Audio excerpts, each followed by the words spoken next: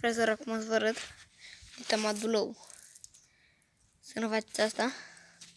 Asta pentru că e ciobănesc german. Are 5 luni. Dar poate fi extrem de agresiv. Să nu faceți. Știu că nu-l vedeți. Dar acum îl vedeți. Hai, Daric, sus. Sus, băiete. Sus.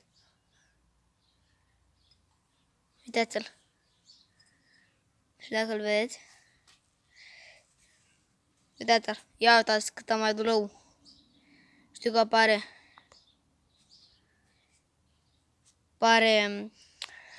Doberman, dar nu este. Este ciobănesc german.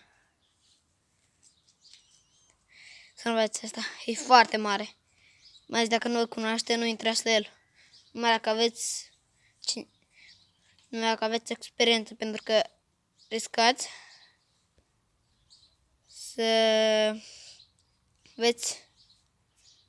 rămâneți cu o mușcătură foarte rea. Și acum o să vi-l arăt. Hai bine. Daric, hai vină ca. Ia uitați-l. Uitați-l pe câinele meu.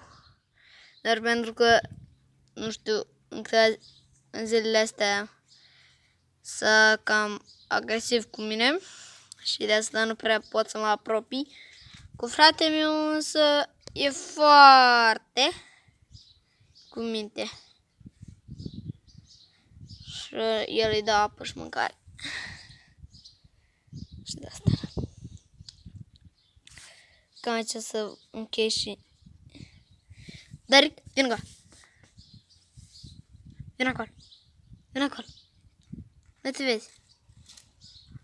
Mănâncă poamă, verde. N-are nicio treabă, băiatul meu. Cam acesta a fost și clipul și noi ne auzim data viitoare.